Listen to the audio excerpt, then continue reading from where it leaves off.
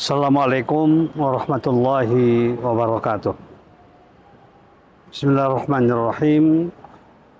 Alhamdulillahirabbil alamin. Wassalatu wassalamu ala asyrafil anbiya'i wal mursalin Sayyidina Muhammadin wa ala alihi wa sahbihi ajma'in. La haula wa la quwata illa billahil azim. Tugas dakwah adalah tugas kita semuanya, apapun posisi, jabatan, dan kedudukan kita. Kita wajib sesuai dengan kemampuan kita untuk ikut berpartisipasi dalam kegiatan dakwah. Apalagi melalui dakwah melalui televisi, misalnya melalui Kalam TV. Dakwah akan lebih tersebar pada semua bidang dan juga pada semua daerah, ya, yang terjangkau, misalnya oleh Kalam TV ini. Tentu saja dalam kegiatan dakwah ini memerlukan biaya, donasi. Oleh karena itu saya mengajak kepada saudara sekalian, kaum muslimin, kaum muslimat, mari kita bantu. Mari kita dukung Kalam TV ini. Dan saya mengajak kepada jamaah sekalian untuk ikut berpartisipasi aktif, apalagi dalam bulan suci Ramadan ini, untuk memberikan bantuan, donasinya, dananya, infaknya. Mudah-mudahan semuanya akan berakibat positif dan baik bagi kegiatan dakwah kita. Amin ya rabbal alamin. Alhamdulillahirabbil alamin. Assalamualaikum warahmatullahi wabarakatuh.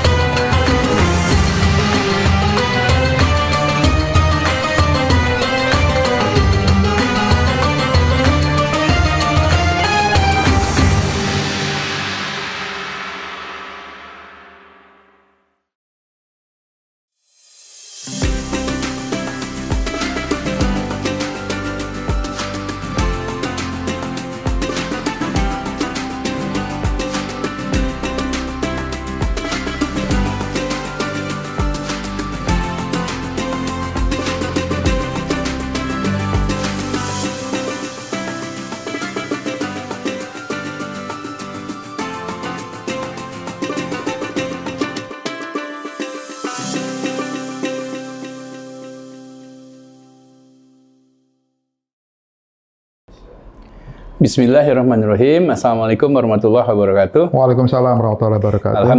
Alhamdulillahirabbil alamin. Wassalatu wassalamu ala asrofil anbiya'i wal mursalin wa ala alihi wa sahbihi ajmain.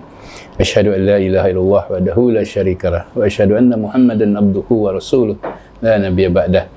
Jamaah sekalian, marilah kita panjatkan puji syukur kita ke hadirat Allah Subhanahu wa taala.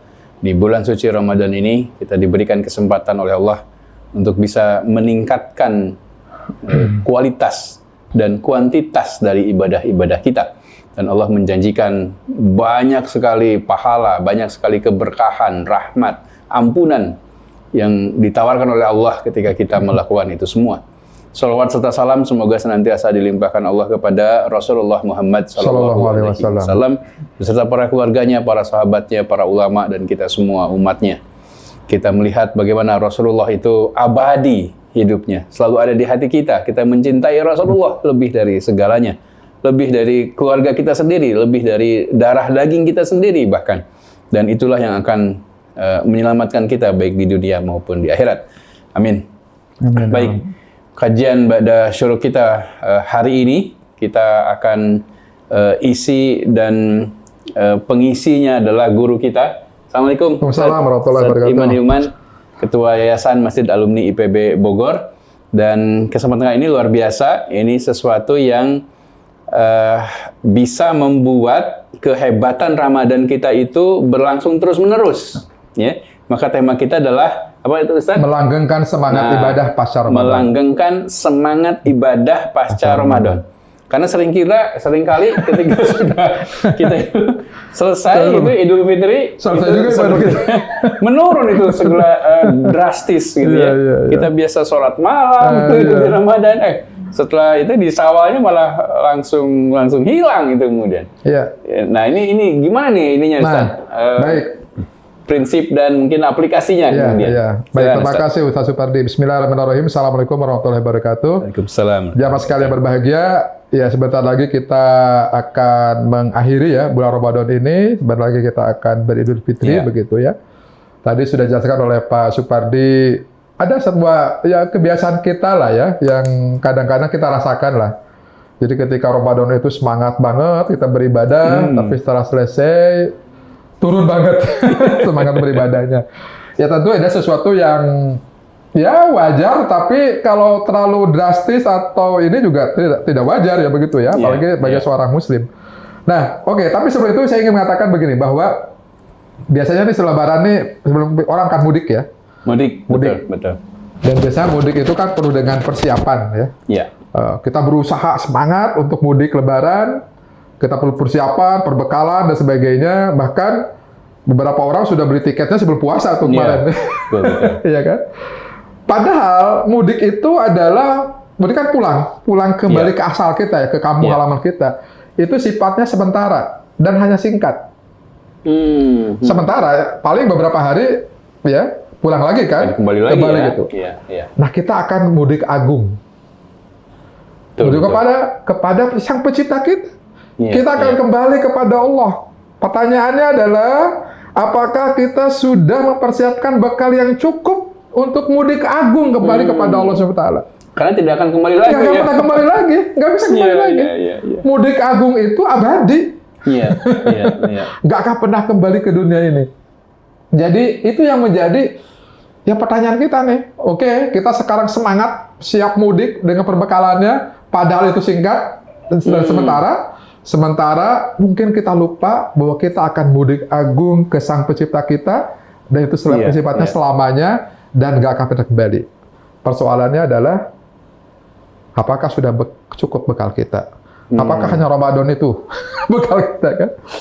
Nah, sebelum sampai ke sana, saya menyampaikan dulu apa tentang ada orang cerdas nih ya. Iya. Ada laki-laki dari kalangan Ansor bertanya kepada Rasulullah SAW. Dia bertanya pada Nabi, ya Rasulullah, mukmin manakah yang paling cerdas? Mungkin kalau dalam bahasa kita yang cerdas adalah yang IQ-nya tinggi, yang nilainya tinggi, yang cum laude dan sebagainya. Tapi Rasulullah menjawab begini, orang yang cerdas adalah orang yang paling banyak mati dan paling baik persiapannya menghadapi kehidupan setelah mati. Mereka itu orang yang cerdas. Hadis riwayat Ibnu Majah. Mengingat kematian. Jadi orang yang banyak mengingat kematian dan orang yang baik persiapannya setelah mati. Baik persiapannya untuk kehidupan setelah kematian. Iya. Itulah orang yang cerdas. Ya. Jadi tentu kita yang menjadi orang cerdas, orang yang selalu mengingat kematian dan mempersiapkan diri untuk mengingat kematian itu. Dan ketahuilah bahwa orang cerdas itu tidak akan tertipu oleh dunia.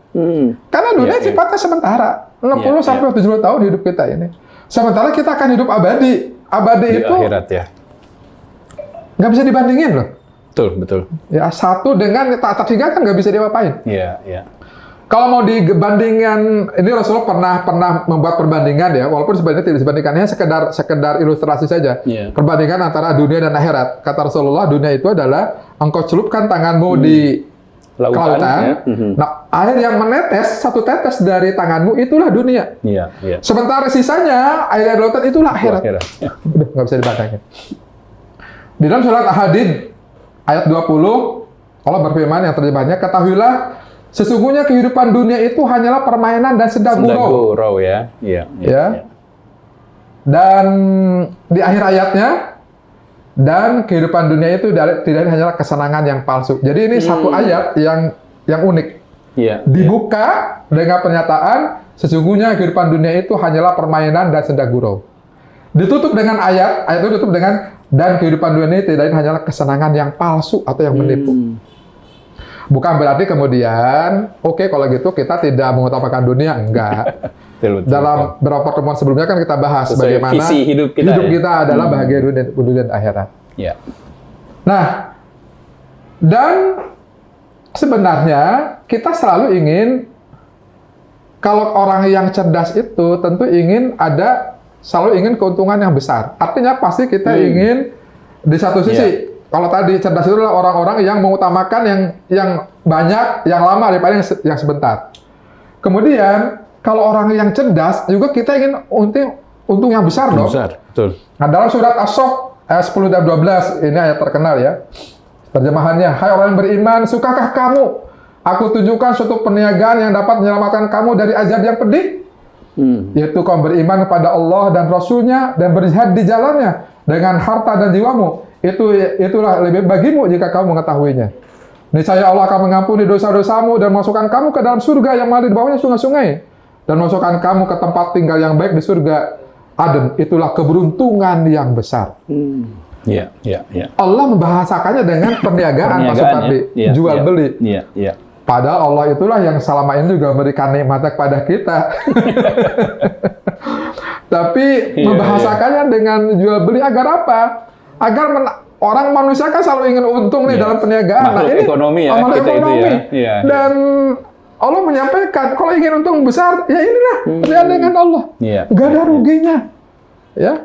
Allah masukkan kita di dunia yang bahagia, di akhiratnya kita masukkannya ke dalam surga yang mengalir sungai bawahnya, surga Aden. Itulah keberuntungan yang besar. Jadi orang yang cerdas itu pasti orang yang akan betul fokus kepada yang lebih lama daripada yang sebentar. Betul. Yang lebih menguntungkan daripada yang sedikit atau yang bahkan rugi seperti itu ya. Nah, persoalannya ini kita bahas kembali pada tema ya. Kenapa kok apa yang terjadi dengan kita setelah Ramadan ini? Padahal kita Ramadan, kita sudah taat pada Allah, kita memperbanyak amal-amal sunnah, kita merasakan nikmatnya ibadah di bulan Ramadan itu. Dosa juga kita hentikan ya. Karena memang kan setan juga dibelenggu ya. Iya. Kita juga sering baca Al-Quran, bahkan mungkin bisa 1 juz, bisa 1 hari 1 juz, bisa 2 kali hatam, 3 kali hatam. Kita menjaga sholat jamaah, menjauhi pandangan haram, pandangan kita jaga. Gemar sodako. Namun kenapa setelah Ramadan berlalu, semangat beribadah dan kenikmatan yang dulu kita rasakan, kok juga berkurang? Nah, lantas pertanyaannya apa yang perlu kita lakukan agar semangat beribadah itu tetap langgeng pasca Ramadan? Iya. Nah, hadirin sekalian yang berbahagia, jamaah yang dimuliakan Allah, tentu kita ingin menjadi seorang Robaniun, bukan Ramadaniun. Apa bedanya, Pak Supardi? Ramadaniun adalah orang ibadahnya Ramadan. Iya. Tentu kita menjadi yang Robaniun. Robaniun adalah orang yang memang beribadah sepanjang hidupnya memang sebagai seorang Muslim. Tidak hanya ketika Ramadan. Pakai jilbabnya tidak hanya Ramadan gitu kan. Betul. Sholat berjamaah ke masjidnya tidak hanya Ramadan. Infak sedekahnya tidak hanya Ramadan. Tapi ya setiap saat itulah Rabbaniun. Nah, kita tentu berharap tidak termasuk golongan yang Ramadaniun, begitu ya. Nah, ada beberapa langkah Pak Supardi yang kita lakukan. Yang pertama adalah ya memohon hidayah kepada Allah. Betul. Harus berdoa kepada Allah. Ya. Salah satunya silakan baca di dalam surat Ali Imran ayat 8, ya. Ya Tuhan kami, janganlah Engkau jadikan hati kami condong kepada kesesatan sesudah Engkau beri petunjuk kepada kami. Gitu. Dan Engkau limpahkanlah pada kami rahmat dan Engkau, karena sungguhnya Engkau lah Maha Pemberi karunia. Jadi, upaya yang pertama yang kita lakukan adalah kita memohon petunjuk pada Allah. Karena hanya Allah lah zat yang punya otoritas memberikan petunjuk dan hidayah kepada manusia. Bahkan hatta Rasul pun kan hanya mendakwahkan. Betul. Hanya berdakwah, hanya mengajak. Hidayah itu adalah hak prerogatif Allah Subhanahu wa taala. Jadi yang pertama adalah kita perbanyak doa untuk mohon hidayah pada Allah. Sebenarnya setiap kita sholat pun membaca Al-Fatihah, ada satu doa kan, ihdinas syiratal mustaqim. Ya tentu kita tambah lagi dengan doa-doa lain yang juga diajarkan oleh Allah dan Rasulnya agar kita bisa mendapatkan hidayah dari Allah. Yang kedua, nah kita harus terus membuat aktivitas yang pada akhirnya tetap terjaga nih semangat kita, yaitu gemar ke majelis ilmu ya, ke majelis zikir, ya. Jadi jangan hilangkan tuh ya kebiasaan kemarin di Ramadan ini kita ikut pengajian, bahkan bukan hanya di masjid, di TV juga kita dengar kultum, di YouTube juga mungkin kita dengar kultum, ya, di radio juga kita dengar kultum dan sebagainya. Nah sekarang kita hanya ngajak nih, bagaimana caranya itu dipertahankan semangat itu. Ya jelas kita gemar ke majelis ilmu, karena ada keberkahan dan rahmat Allah ya kepada orang-orang yang hadir di majelis ilmu. Allah membanggakan pada para malaikat. Jadi Allah kalau kita sedang berada di majelis itu, Allah membanggakan para malaikat. Dan bahkan para malaikat pun mendoakan kita. Jadi kita didoakan nih oleh para malaikat ketika berada di majelis ilmu itu. Dan satu hal lagi, ini walaupun sekarang sudah banyak medsos ya, banyak YouTube dan sebagainya, belajar itu sebenarnya tidak cukup dengan baca buku sendiri. Belajar dari internet sendiri, apalagi cukup membaca WA group. Akan lebih berkah itu kalau ngaji langsung kepada guru. Iya. Itu ya. Khawatir nih kalau kita ini bisa jadi apa yang kita baca, yang kita dengar itu sebenarnya hal yang katanya kalau ngaji sendiri gurunya setan itu. Iya, begitu. Kita kan kadang nggak tahu nih apa yang kita baca itu benar atau tidak, begitu ya. Seperti itu kalau kita baca sendiri. Dan berzikir pada Allah dan beristighfar itu adalah sangat ringan kita lakukan, tapi sangat besar manfaatnya dan itu bisa menambah memperkuat keimanan kita. Jadi langkah yang kedua setelah kita banyak berdoa adalah kita upayakan gemar ke majelis ilmu atau majelis zikir. Karena itulah akan mengecas kita tuh. Minimal seminggu sekali ya Pak Supardi ya. Betul. Ya kayak handphone kan sudah dicas juga ya kan. Kita sibuk seminggu ini urusan duniawi lah, urusan kerja, bisnis sebagainya. Nah sambil kita luangkan minimal 1 hari nge-recharge lagi, dicas lagi, diperkuat lagi dengan cara mendatangi majelis ilmu dan majelis zikir. Yang ketiga, nah ini memperbanyak saum sunnah. Jadi apalagi di dalam bulan Syawal nanti nih, sebentar lagi setelah Idul Fitri kan bulan Syawal, itu ada saum sunnah yang sangat utama, yaitu 6 hari di bulan Syawal. Ibnu Rajab rahimahullah menyebutkan beberapa faedah diantaranya, berpuasa 6 hari bulan Syawal setelah Ramadan akan menyempurnakan ganjaran berpuasa setahun penuh. Ya, jadi satu Ramadan itu hampir sama nilainya dengan katanya 10 bulan lah begitu. Nah, 6 hari itu hampir sama dengan nilai puasa 2 bulan. Jadi kalau kita laksanakan satu puasa 1 bulan penuh Ramadan ditambah 6 hari di bulan Syawal itu 1 tahun kita sama dengan puasa sama dengan 1 tahun penuh. Dan biasanya adalah kita kan sebenarnya sih inginnya sih puasa itu terus ya. Tapi kan ya syariatnya tidak demikian. Cukuplah 1 bulan gitu ya. Dan juga tidak memberatkan, syariat tidak memberatkan umat Islam ya, cukup 1 bulan aja. Dan ini yang penting, membiasakan berpuasa setelah puasa Ramadan adalah tanda diterimanya amalan puasa Ramadan. Itu rahasianya.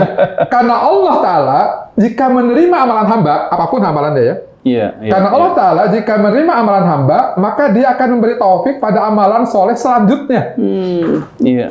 Sebagaimana sebagian ulama salaf mengatakan, balasan dari amalan kebaikan adalah amalan kebaikan selanjutnya.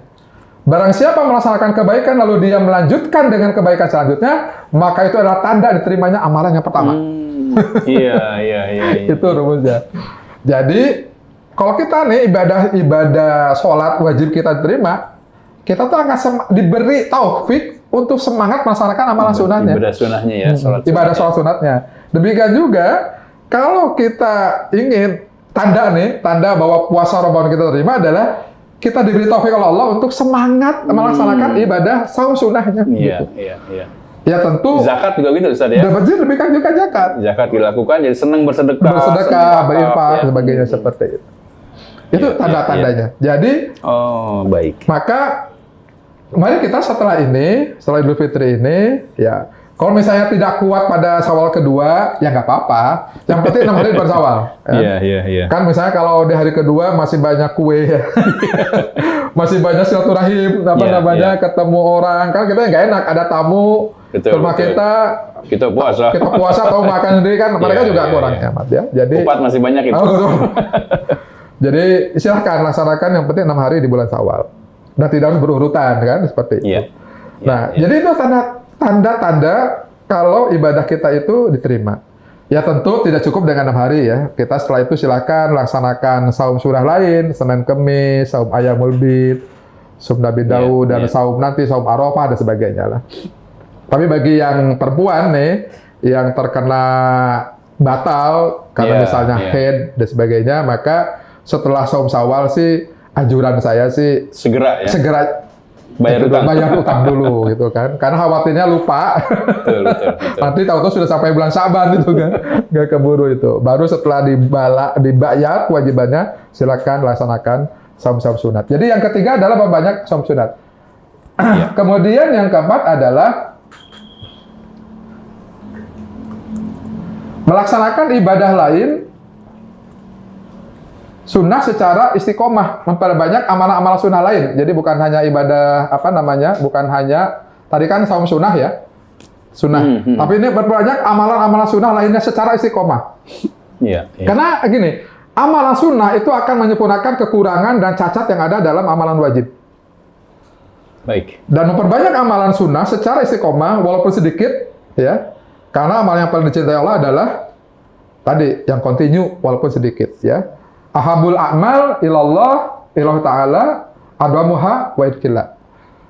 Sesungguhnya amal yang dicintai di sisi Allah adalah amal yang dawam walaupun itu sedikit. Jadi yang keempat adalah rumusnya memperbanyak amalan sunnah lainnya ya, bukan hanya saum sunnah ya, sholat sunnah, itu tadi zakat, infak sedekah dan lainnya secara istiqomah. Itulah yang kemudian bisa melanggengkan semangat kita dan menutupi kekurangan-kekurangan ibadah yang wajib yang kita lakukan kemarin di bulan Ramadan itu. Yang kelima adalah tetap dekat dengan Al-Quran. Kan bulan Ramadan itu adalah syahrul Quran. Bulannya Al-Quran. Bulan Al-Quran itu karena ada dua peristiwa di di Ramadan ini. Yang pertama adalah Lailatul Qadar. Beda dengan Juzul Quran ya. Lailatul Qadar itu adalah turunnya Al-Quran secara lengkap ya. Dari langit ya, dari Lauhul Mahfuz ke langit bumi, istilahnya begitu. Baik. Itu dalam Lailatul Qadar ya. Makanya terjadinya itu di 10 hari terakhir malam ganjil ya. Malam ganjil. Tapi kalau Nuzulul Quran itu kan menurut para ahli tarikh, ahli sejarah adalah terjadi pada tanggal 17 Ramadan. Itu adalah peristiwa turunnya pertama, wahyu pertama Al-Quran ya, diturunkan Allah melalui malaikat Jibril kepada Rasulullah SAW. Yang terjadi peristiwa ketika terjadi di Gua Hiro ya, dengan turunnya 5 ayat pertama dari surat Al-Alaq kan begitu. Itu Nuzul Quran. Peristiwa turunnya pertama, karena Al-Quran diturunkan kan secara bertahap ya, sampai sekitar 23 tahun lah begitu. Nah yang pertama turunnya Nuzul Quran. Nah peristiwa Nuzul Quran maupun Lailatul Qadar itu terjadi pada bulan Ramadan. Maka diberikan Al-Quran. Maka kita pun ke Ramadan ini kan kita dilatih nih memperbanyak tadarus Al-Quran ya, baca Al-Quran. Maka setelah Ramadan jangan jauhi Al-Quran, jangan disimpan di lemari lagi. Nanti dibuka Ramadan tahun depan. Kita dekat. Bahkan kalau sekarang dipermudah dengan teknologi ya Pak Supardi. Walaupun kita nggak bawa mushaf misalnya ke kantor atau di perjalanan, sudah ada di aplikasi di handphone itu bisa kita baca ya. Nah di dalam Al-Quran itu kita bukan hanya sekedar membacanya ya, tapi juga mentadaburi artinya, pemahamannya. Sekarang juga sudah banyak buku-buku kitab tafsir, sudah banyak juga para penceramah yang menjelaskan tafsir dari ayat-ayat yang kita baca. Jadi kemudian kita juga menghafalkannya semampu mungkin. Jangan berpikir usia saya sudah 60 tahun lebih, bisa kok. Walaupun mungkin berat, ya Allah tetap menghargai prosesnya, gitu kan. Makin berat malah Allah makin menghargai. Makin menghargai. Dan yang dihargai prosesnya, usaha kita, gitu ya. Walaupun saya nggak bisa sampai 30, ya nggak apa-apa. Prosesnya kita hargai. Kemudian tentu yang kemudian adalah mengamalkan Al-Qur'annya. Jadi mulai membacanya, menghafalnya, mentadaburinya, kemudian mengamalkannya. Jadi tetap dengan Al-Quran. Hidup kita dengan Al-Quran. Bahkan Rasulullah itu adalah kata Siti Aisyah kalau ingin melihat bagaimana pengamalan Al-Quran, lihat hidup Rasulullah. Rasulullah Al-Quran yang berjalan begitu ya. Nah yang keenam, ini juga kita harus menjauhi sarana-sarana kemaksiatan. Menjauhi sarana-sarana yang akan merusak hati kita, merusak perilaku kita, mendekati kemaksiatan. Di antaranya adalah menjauhi teman-teman yang punya kebiasaan itu. Ya kita harus memang pintar milih teman begitu ya. Betul. Karena kata Rasulullah kita berteman dengan tukang minyak wangi, kebagian wanginya. Betul.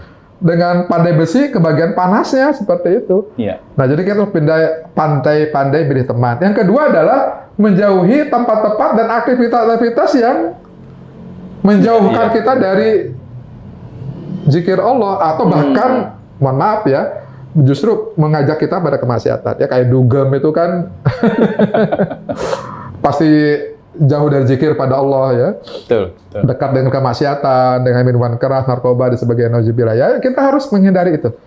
Jadi menjauhi teman-teman, tempat-tempat, dan kegiatan-kegiatan yang menjauhkan kita dari zikir kepada Allah, menjauhkan kita dari ibadah kepada Allah.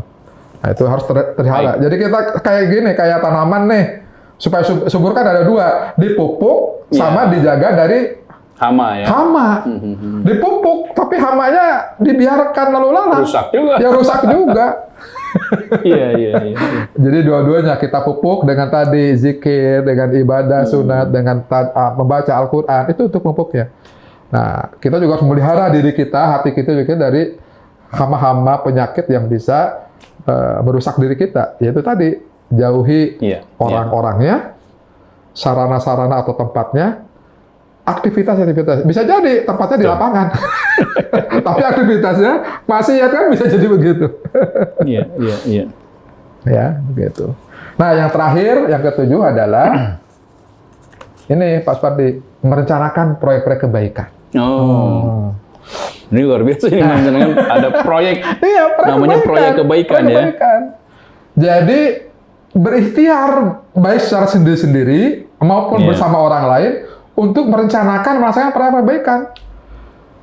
Ya tidak harus mahal dan tidak harus berat. Bisa misalnya gini, membersihkan masjid. Ini kan itu memang itu kan ada mabotnya, tanggung jawab mabot, iya sih. Tapi kalau kita sekali-kali bantu meringankan tugas dia, kan nggak salah. Ketika hari libur, Pak, saya bantu betul. Nyapu, bantu apa? Itu sederhana loh, ya. Atau di rumah kita banyak Al-Quran nih, ya kita wakafkan Al-Quran. Iya. Apakah ke masjid? Saya jadi misalnya gini, di mobil kita misalnya Pak Supardi, simpanlah Al-Quran 1, sajadah 2. Kenapa sajadah 2? Ya, satu buat sholat kita misalnya, satu lagi ketika kita sholat ke masjid, ibadah sajadah disimpan di situ, jangan diambil lagi. Wakafkan Al-Qurannya, misalnya, wakafkan sajadahnya, seperti itu. Ya, tanpa harus gembar-gembor, pokoknya ini simpan aja Al-Qurannya di situ, pasti dibaca orang kan? Tidak harus, Pak, saya nyumbang masjid, nggak usah lah. Simpan Al-Quran di situ. Sajadahnya simpan, pasti akan pakai. Oh, saya punya kesetnya, simpan kesetnya. Keset ya? Keset juga Atau misalnya kita dengar ada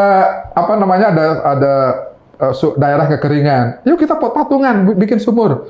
Luar biasa itu, wakaf sumur itu selama sumurnya mengalir akan terus begitu. Ini Ustadz, karena Ustadz pakai peci khas Aceh, ini sepertinya pintu Aceh.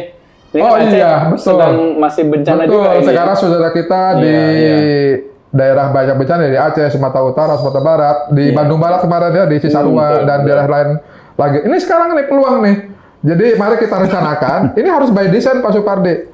Nggak bisa tanpa rencana gitu loh. Harusnya direncanakan. Saya kalau nggak rencanakan kita lupa. Betul. Lama-lama kita nggak punya duit, nggak punya apa gitu kan. Padahal kalau direncanakan kita memang sengaja, kita planning, kita sengajakan ya. Atau memberi bantuan makan bagi dua apa? Atau bagi orang lain. Contoh gini Pak Supardi, ini yang bisa kita lakukan adalah ketika Pak Supardi pesan GoFood ya. Kemudian setelah selesai sampai kepada abang ojolnya, "Bang, silakan makannya untuk abang." Iya, iya. Oh, Silakan. itu kejutan yang Kejutan. sangat menyenangkan itu untuk beliau ya. Seperti itu. Iya, iya. Tapi harus sengaja. Atau misalnya menanam pohon, ya, untuk lingkungan misalnya. Oh, Iya, saya punyanya kemampuan. Ya, silahkan penyuluhan tentang sampah, pengolahan sampah, tentang kebersihan, tentang Iya, lingkungan. Itu punya apapun lah. Proyek-proyek kebaikan itu insya Allah itu akan menjadikan kita, ya, Itu pupuk itu tadi ya. pupuk tadi. Ustaz. Dan Allah memberikan, Allah itu senang banget kepada orang-orang yang memberikan kemataan sama orang lain itu. Sangat suka ya. Dan pada akhirnya Allah menjadi wasilah bagi Allah untuk memberikan hidayah taufik pada kita untuk kita konsisten di dalam ibadah kita. Iya, iya. Insya Allah. Jadi banyaklah proyek-proyek kebaikan apapun lah. Bisa lewat harta kita, lewat tenaga kita, lewat ilmu kita. Nggak bisa sendiri. Kita mengajak orang lain yang punya duit, misalnya, kita punya orang lain. Iya, iya, iya. Untuk melakukan itu. Nah, jadi ini adalah Iwafirahumullah, mudah-mudahan proyek-proyek kebaikan yang kita lakukan nanti, apalagi di tengah kondisi bangsa kita yang banyak bencana, dan juga saudara kita yang masih terzalimi di Gaza, di Palestina, di Sudan, kita bisa berikan bantuan pada insya Allah, itu menjadi wasilah kita, kemudian Allah menjadikan kita istiqomah di dalam kebaikan di pasar Ramadan ini. Dan itu aja salah satu indikator kita diterimanya ibadah kita di Ramadan. Demikian Pak Supardi. Baik Ustadz. Alhamdulillah.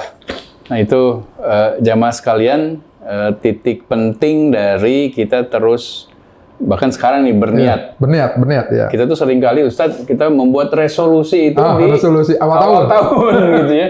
Padahal sesungguhnya kalau untuk umat Islam justru saat ini nih, resolusi ini. saat terbaik untuk membuat resolusi. Begitu karena ya. ini kan Ramadan tuh latihannya nih. Iya. Bulan latihan. Nah bulan perjuangannya kan Syawal ke sana tuh. Betul. Gitu. Sehingga nanti di tahun depan misalnya kita memasuki bulan Ramadan itu sudah bukan kondisi tahun lalu lagi gitu ya. Sudah lebih baik lagi. Sudah lebih baik lagi. Nah ini yang beruntung itu Ustaz, orang yang beruntung itu orang yang hari ini lebih baik ya daripada yang lalu, dengan yang atau hari esok lebih baik daripada hari ini. Nah tentu kita semua ingin jadi orang yang beruntung ya jamaah sekalian. Nah salah satunya adalah kita kemudian merawat ya semangat beribadah kita di bulan Ramadan itu terus kita bawa di bulan-bulan berikutnya, kemudian di pasca Ramadan. Tidak sendiri, karena kalau sendirian biasanya berat itu. Dan godaannya banyak. Godaannya banyak. Kadang-kadang kita nggak kuat gitu. Jadi ayolah jamaah lah. Ya kalau yang sudah berkeluarga, ayo sama keluarganya, yang masih belum sama teman-teman dan seterusnya itu kemudian. Baik jamaah sekalian, itu yang bisa kita sampaikan di akhir Ramadan ini. Semoga menjadi inspirasi begitu ya bagi kita semua agar kualitas hidup kita bisa meningkat terus-menerus dari waktu ke waktu. Dan kita bisa semangat Ramadan ini yang luar biasa terus bisa kita bawa kemudian. Sehingga Allah Subhanahu wa taala senantiasa bisa merahmati kita semua, memberikan taufik dan hidayahnya kepada kita semua. Amin. Terima kasih, semoga bermanfaat. Ustaz, syukran Ustaz. Ya, Alhamdulillah. Alhamdulillah. Selamat mudik ya Ustaz. Oh iya. Hatur nuhun, terima kasih jamaah sekalian. Assalamualaikum warahmatullahi wabarakatuh. Waalaikumsalam warahmatullahi wabarakatuh. Terima kasih.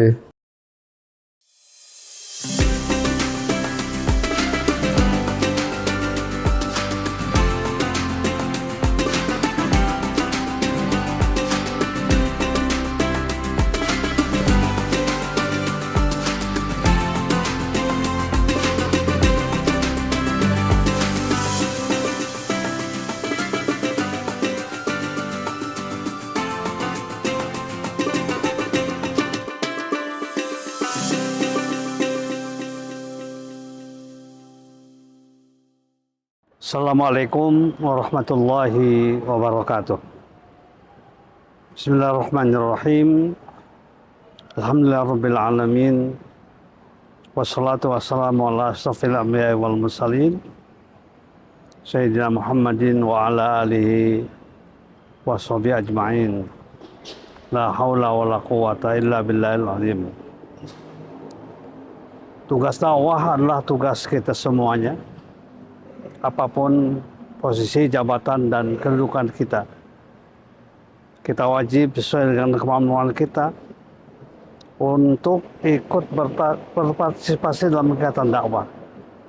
Apalagi melalui dakwah melalui televisi, misalnya melalui Kalam TV. Dakwah akan lebih tersebar pada semua bidang dan juga pada semua daerah ya yang terjangkau, misalnya oleh Al-Kalam TV ini. Tentu saja dalam kegiatan dakwah ini memerlukan biaya, donasi.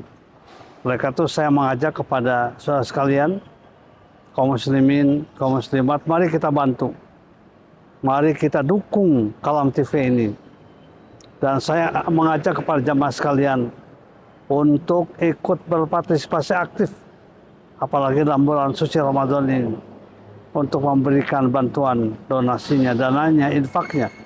Mudah-mudahan semuanya akan berakibat positif dan baik bagi kegiatan dakwah kita. Amin ya rabbal alamin. Alhamdulillah rabbil alamin. Assalamualaikum warahmatullahi wabarakatuh.